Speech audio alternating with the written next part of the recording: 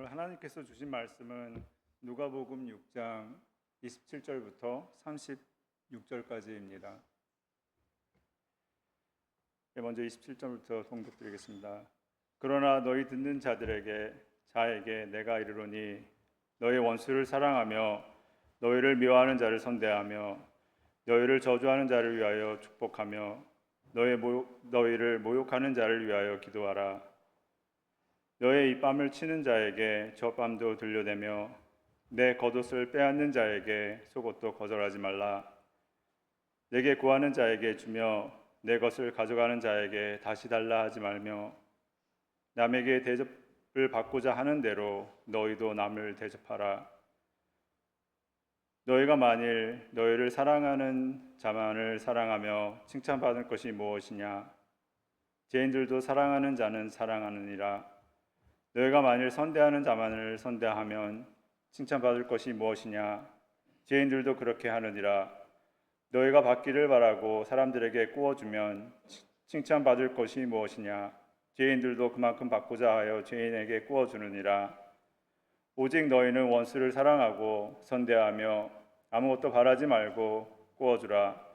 그리하면 너희 상이 클 것이요 또 지극히 높으신 이의 아들이 되리니 그는 은혜를 모르는 자와 악한 자에게도 인자하심이라.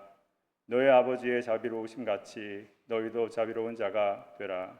아멘. 오늘은 부활절 6번째 주일이며 어머니 주일로 지킵니다. 먼저 어머니의 삶을 살아가며 사랑과 헌신으로 가정을 세워가시는 모든 분들께 감사와 존경의 마음을 전합니다. 또한 돌아가신 어머니를 기억하며 상실과 슬픔 그리고 깊은 그리움을 품고 계신 성도님들 위에도 하나님의 위로가 함께 하시기를 바랍니다. 혹시나 어머니와 관계 속에서 아픔과 상처의 기억을 가지고 살아가는 성도님들이 계시다면 하나님의 치유의 은혜가 함께 하시길 빕니다. 여러분, 어머니 날이 어떻게 시작되었는지 혹시 아시나요? 저도 몰라서 찾아봤는데요. 어머니 날은 미국에서 1868년 앤 리브스 자비스라는 여성이 조직한 어머니 우애의 날이 초시로 꼽힌다고 합니다. 자비스는 미국 남북전쟁이 끝난 지 3년이 되는 해에 양쪽 참전 군인들을 초청해 서로의 아픔을 나누고 화해를 도모하는 행사를 열었습니다. 전쟁으로 찢긴 이들의 마음을 어머니의 마음으로 어루만지고 평화라는 인류의 목표를 포기하지 말자는 것이 그날의 설립 취지인 셈이죠.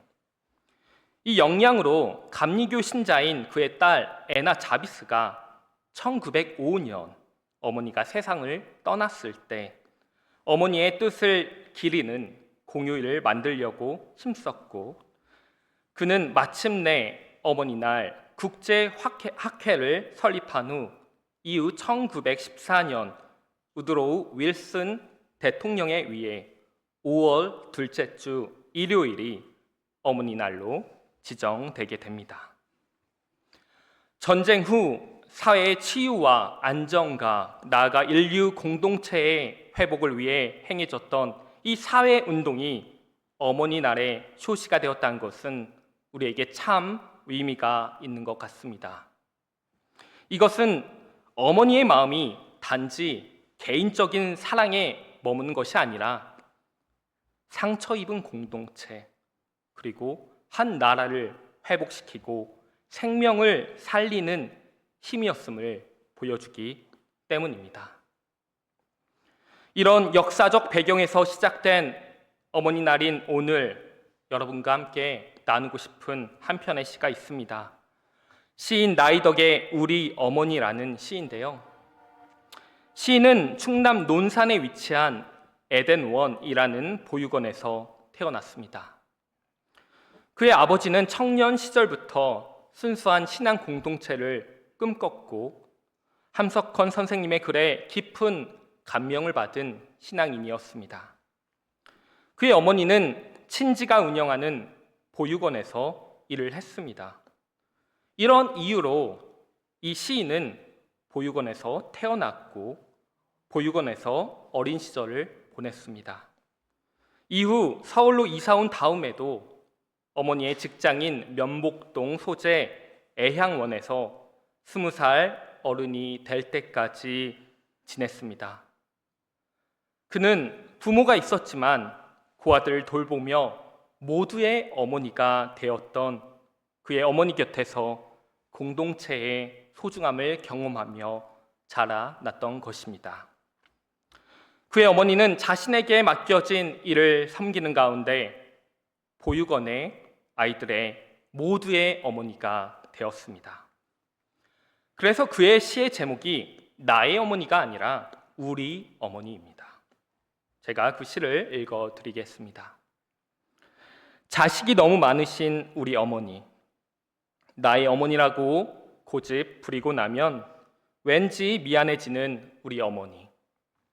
전쟁 고아들이 자라서 자식들을 낳고 전쟁 아닌 전쟁으로 삶을 꾸려 나갈 때까지도 여전히 그들의 따뜻한 둥지가 되어주시는 분. 용달차 운전하는 길천이가 애인과 헤어져 위로받으러 찾아오고 시집살이가 힘든 금숙이가 그 품에서 한참을 울다 가는 곳. 놀고 있는 무성이에게 보증을 서주어 일자리를 마련해주고 장가가는 용주가 지어준 옷 입으시고 어머니 자리에 대신 앉아 웃고 계신 분.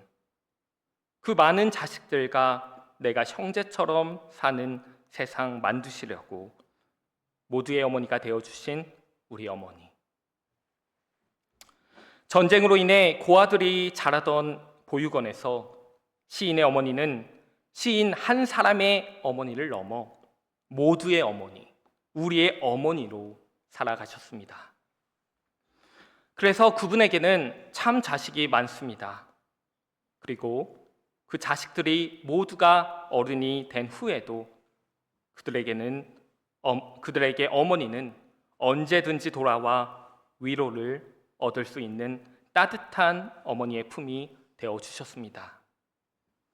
누군가는 사랑의 아픔을 안고 찾아왔고 누군가는 삶의 무게에 눌려 울며 찾아왔습니다. 또 어떤 이에게는 새로운 시작을 위한 기회를 마련해 주었고 그들의 기쁨과 삶의 순간들을 함께 나누며 기뻐해 주는 분이셨습니다.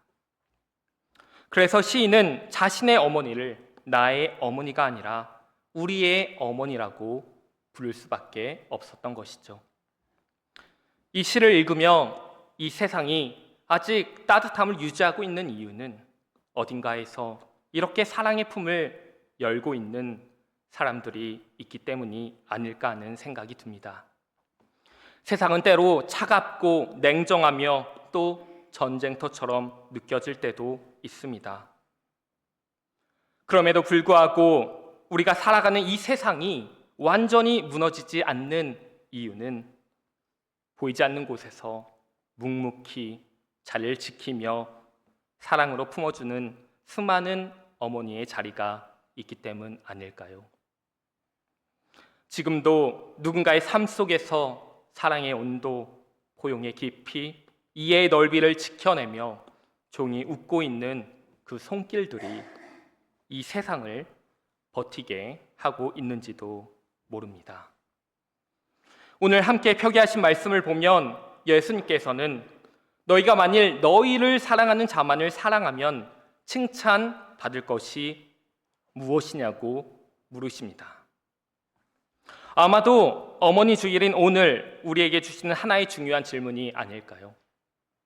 우리는 선하고 인자하며 자비로운 마음으로 세상을 살아가며 이 세상에 변화를 가져오기를 꿈꿉니다.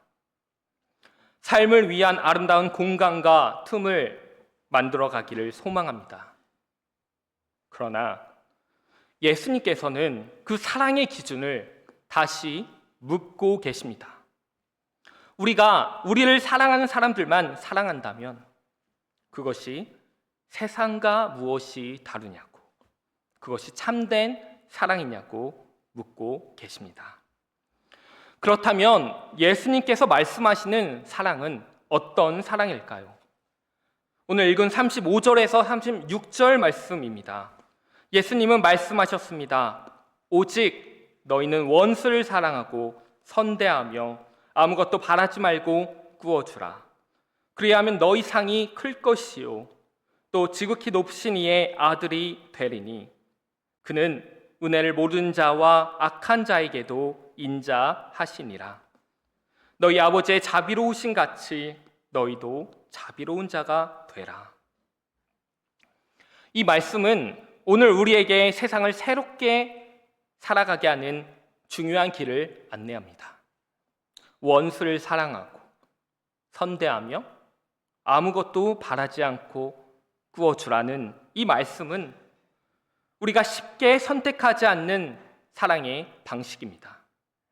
왜냐하면 이러한 사랑은 세상에서 좀처럼 찾아보기 어려운 사랑이기 때문이죠.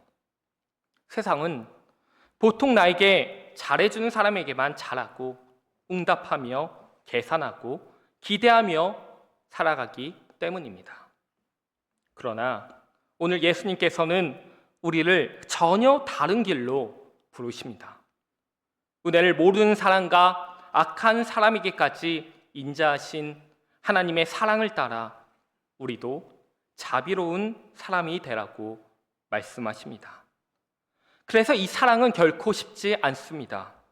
나에게 잘해주는 사람을 사랑하는 것은 어렵지 않지만 나를 불편하게 하고 때로는 상처 주는 사람을 향해 선을 베푸는 것은 우리의 힘으로 감당하기 어려운 일입니다. 그렇다면 이 세상 가운데 좀처럼 일어나지 않는 이 사랑은 어떻게 가능할까요? 그것은 우리 자신이 아닌, 우리의 노력이 아닌 하나님께 우리의 시선을 맞추고 하나님께서 우리에게 베풀어 주신 그 은혜, 그 십자가의 은혜를 경험하고 깨달을 때 그때서야 조금씩 가능해집니다. 하나님께서는 해를 악인과 선인 모두에게 비추시고 위로운 자와 불의한 자 모두에게도 동일하게 비를 내리십니다. 은혜를 모르는 사람과 이 악한 사람들에게도 인자하시기에 우리는 그 하나님의 인자하심을 먼저 힘입어 지금까지 우리가 그 은혜로 살아왔음을 고백해야 합니다. 우리가 하나님과 멀어져 있었을 때도 하나님은 우리에게 늘 은혜를 베풀어 주셨음을 기억하며 감사해야 합니다. 우리가 무엇을 하나님께로부터 얻고 살아왔는지를 깨달을수록 우리에게는 선하고 인자하고 자비로운 마음으로 살아갈 가능성이 열리게 되는 것이죠. 왜냐하면 하나님께 받은 은혜에 대한 올바른 응답은 하나님께 드리는 감사이며 그 감사는 결국 우리 주변, 우리 이웃 사람들에게 은혜를 흘려보내는 삶으로 나타나기 때문입니다. 따라서 하나님의 은혜를 받아 살아가는 우리는 하나님께서 인자하시고 자비로우신 것 같이 우리 또한 하나님의 그 인자하심과 자비하심을 세상 안에 펼치는 하나님의 제자가 되어 살아갈 귀한 사명을 가지고 있습니다. 성도 여러분, 그러나 이처럼 세상에 새로운 사랑의 길을 세워가는 것은 중요하면서도 동시에 매우 어려운 일입니다. 오늘 우리가 묵상한 누가복음의 말씀에서 우리는 익숙한 예수님의 가르침을 다시 듣게 됩니다. 너희 원수를 사랑하며 너희를 미워하는 자를 선대하며 너희를 저주하는 자를 위하여 축복하며 너희를 모욕하는 자를 위하여 기도하라. 이 말씀을 들을 때 우리는 그것이 참으로 중요하다는 사실에 공감하면서도 동시에 마음 한켠이 무거워지죠. 왜냐하면 이 말씀은 단순한 겉면이 아니라 이 땅의 새로운 사랑의 길을 실천하라는 하나님의 부르심, 예수님의 초청이기 때문입니다. 이 새로운 길은 하나님께서 인자하시고 자비로우신 것 같이 우리 또한 인자하고 자비로운 사람이 되어가는 삶을 요구합니다. 원수의 자리에 묶어두고 살아가는 우리의 세상 속에서 새로운 삶의 결을 세워가는 것, 미움이 마음을 사로잡으면 쉽게 돌이키지 않는 우리의 삶 속에서 새로운 마음의 창을 여는 것, 저주와 모욕이 오가는 이 세상 속에서 사랑의 품을 다시 펼쳐가는 것, 이것이 바로 우리가 감당해야 할 새로운 사랑의 길입니다. 그리고 우리는 이 어려운 사랑을 단지 명령으로만 듣는 것이 아니라 이미 우리의 삶 속에서 그 모습을 보아왔을 것입니다. 바로 우리 어머니의 사랑 아닐까요? 어머니의 사랑 안에는 우리가 닮아가야 할 사랑의 질서, 사랑의 모양이 담겨 있기 때문입니다. 말씀을 다듬며 설교의 처음에 나눈 나이덕 시인의 시, 우리의 어머니의 마지막 구절을 다시 한번 생각해 보고 싶습니다. 그 많은 자식들과 내가 형제처럼 사는 세상 만두시려고 모두의 어머니가 되어주신 우리 어머니. 성도 여러분, 인자하시고 자비로우신 우리 하나님께는 남과 타인이 없습니다. 그렇게 하나님은 우리 모두의 하나님이시며 모든 생명의 주님이십니다. 하나님의 자비로우심과 인자하심을 우리에게 이 땅에서 보여주신 예수님께도 남이 없습니다. 그래서 예수님께서는 원수를 사랑하라고 말씀하셨고 미워하는 사람들에게도 선을 베풀라고 말씀하십니다. 그 사랑은 단지 말씀에만 머물지 않습니다. 예수님께서는 십자가를 통해 모두를 사랑하며 모두를 용서하며 그리고 모두를 위해 피를 흘리시고 십자가에서 죽으셨습니다. 그리고 모두를 위해 죽음을 이기시고 부활의 첫 열매가 되셨습니다. 이러한 새로운 사랑의 길로 세상을 다듬어가며 세상의 온도를 높여가기 위해 부름받은 우리가 이 아침 우리의 어머니를 떠올리며 감사의 마음으로 우리의 마음을 새롭게 하며 다시 정돈하기를 소망합니다. 오늘 나는 시인의 깨달음처럼 세상은 나의 어머니에서 우리의 어머니로 확장되어 나아갈 때 더욱 아름다워집니다. 교회도 마찬가지 아닐까요? 나만의 교회에서, 나의 교회에서 우리 모두의 교회가 될 때 하나님의 사랑과 하나님의 은혜가 더 풍성하게 흘러갑니다. 우리 모두는 어머니 사랑의 수혜자이며 동시에 전달자입니다. 여러분, 오늘 우리 찬양팀과 함께 어머님 은혜라는 곡을 불렀는데요. 우리 주범준 권사님이 잘 소개해 주셨습니다.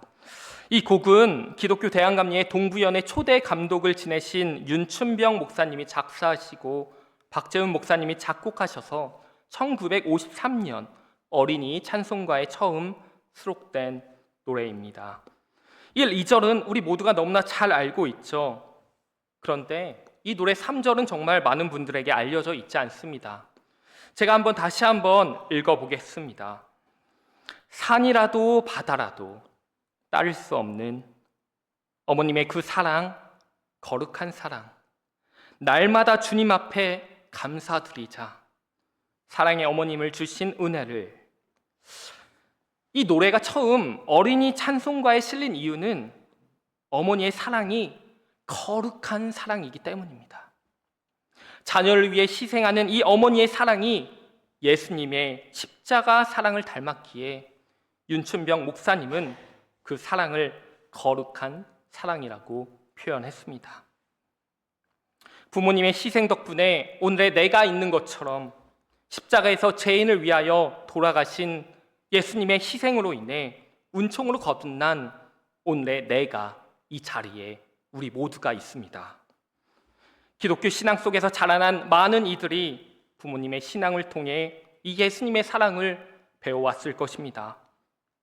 세상의 문화는 높은 자리에 올라 권력을 쥐고 타인 위에 군림하는 삶을 두고 성공한 삶이라고 말할 수 있을지 모르지만 우리 신앙의 어머니들은 예수님처럼 타인을 섬기고 그들에게 도움을 주는 빛과 소금의 삶이야말로 가치 있는 삶이요 거룩한 하나님의 사랑을 실천하는 보람된 삶이라는 진실을 몸소 보여주시고 가르쳐 주셨습니다. 바라기는 이 신앙의 모범을 따라 우리도 주님 닮은 거룩한 사랑을 실천하는 오늘 하루가 되면 좋겠습니다. 다 같이 기도하시겠습니다. 사랑의 하나님, 우리 가득한 교회가 서로 사랑하고 품어주는 믿음의 공동체가 되게 하옵소서. 힘들 때 서로에게 위로가 되고 어두운 세상 속에서 사랑과 빛을 전하는 교회 되게 하옵소서. 예수님께서 걸어가신 사랑과 섬김의 길을 우리도 함께 따라가게 하시고 함께 울고 함께 웃으며 서로에게 꽃이 되어주는 공동체가 되게 하옵소서. 예수 그리스도의 이름으로 기도드립니다.